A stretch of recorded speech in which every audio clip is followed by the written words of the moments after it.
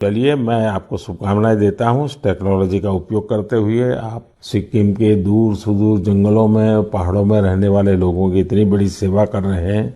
और खुशी की बात है कि हमारे देश के दूर दराज क्षेत्र में भी टेक्नोलॉजी का इतना बढ़िया उपयोग हो रहा है। मेरे प्यारे देशवासियों, तेजी से आगे बढ़ते हमारे देश में डिजिटल इंडिया की ताकत कोने कोने में दिख रही है। डिजिटल इंडिया की शक्ति को घर घर पहुंचाने में अलग अलग ऐप्स की बड़ी भूमिका होती है। ऐसा ही एक ऐप है ई संजीवनी। इस ऐप से टेली कंसल्टेशन यानी दूर बैठे वीडियो कॉन्फ्रेंस के माध्यम से डॉक्टर से अपनी बीमारी के बारे में सलाह कर सकते हैं। इस ऐप का उपयोग करके अब तक टेली कंसल्टेशंस करने वालों की संख्या 10 करोड़ के आंकड़े को पार कर गई है।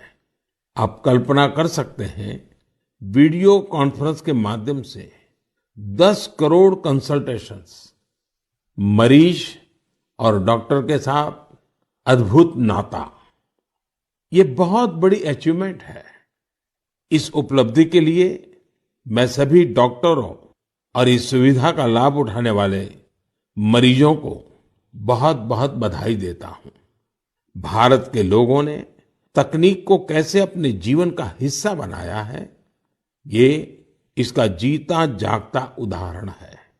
हमने देखा है कि कोरोना के काल में ई संजीवनी ऐप, इसके जरिए टेली कंसल्टेशन लोगों के लिए एक बड़ा वरदान साबित हुआ है।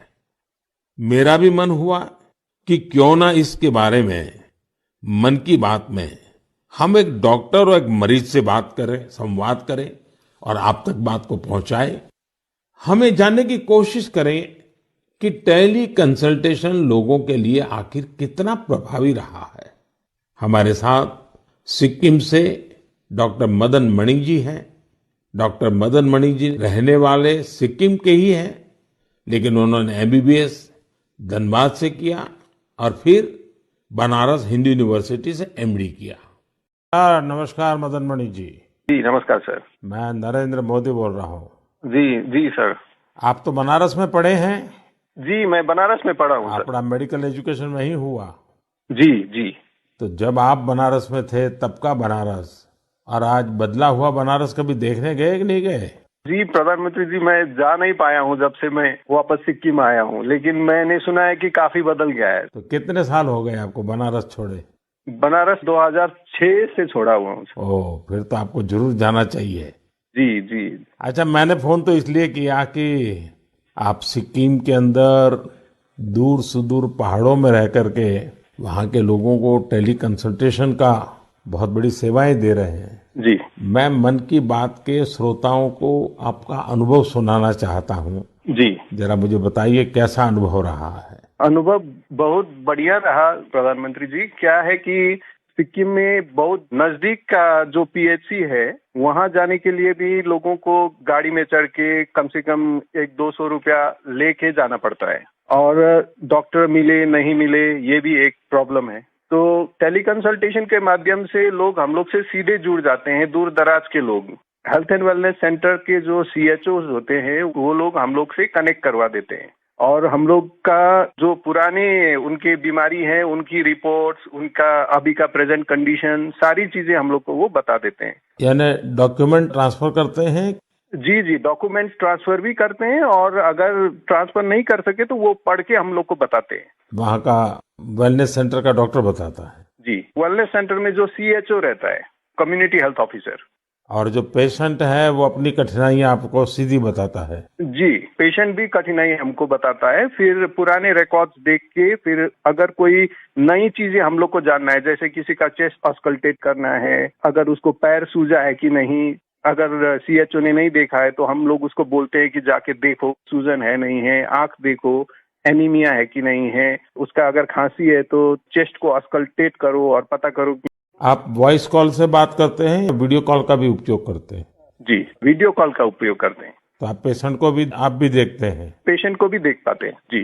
पेशेंट को क्या फीलिंग आता है? पेशेंट को अच्छा लगता है क्योंकि डॉक्टर को नजदीक से वो देख पाता है, उसको कंफ्यूजन रहता है कि उसका दवा घटाना है, बढ़ाना है, क्योंकि सिक्किम में ज्यादातर जो पेशेंट होते हैं वो डायबिटीज, हाइपरटेंशन के आते हैं और एक डायबिटीज और हाइपरटेंशन के दवा को चेंज करने के लिए उसको डॉक्टर मिलने के लिए कितना दूर जाना पड़ता है, लेकिन टेली कंसल्टेशन के थ्रू वहीं मिल जाता है और दवा भी हेल्थ एंड वेलनेस सेंटर में फ्री ड्रग्स इनिशिएटिव के थ्रू मिल जाता है, तो वहीं से दवा भी लेके जाता है वो। अच्छा मदन मणि जी, आप तो जानते ही हैं कि पेशेंट का एक स्वभाव रहता है कि जब तक वो डॉक्टर आता नहीं है, डॉक्टर देखता नहीं है, उसको संतोष नहीं होता है और डॉक्टर को भी लगता है जरा मरीज को देखना पड़ेगा। अब आज सारा ये टेलीकॉम कंसल्टेशन होता है, तो डॉक्टर को क्या फील होता है, पेशेंट को क्या फील होता है? जी, वो हम लोग को भी लगता है कि अगर पेशेंट को लगता है कि डॉक्टर को देखना चाहिए, तो हम लोग को जो जो चीजें देखना है वो हम लोग सीएचओ को बोल के वीडियो में ही हम लोग देखने के लिए बोलते हैं और कभी कभी तो पेशेंट को वीडियो में ही नजदीक में आके उसकी जो परेशानियां हैं, अगर किसी को चर्म का प्रॉब्लम है, स्किन का प्रॉब्लम है, तो वो हम लोग को वीडियो से ही दिखा देते हैं, तो संतुष्टि रहता है उन लोगों को।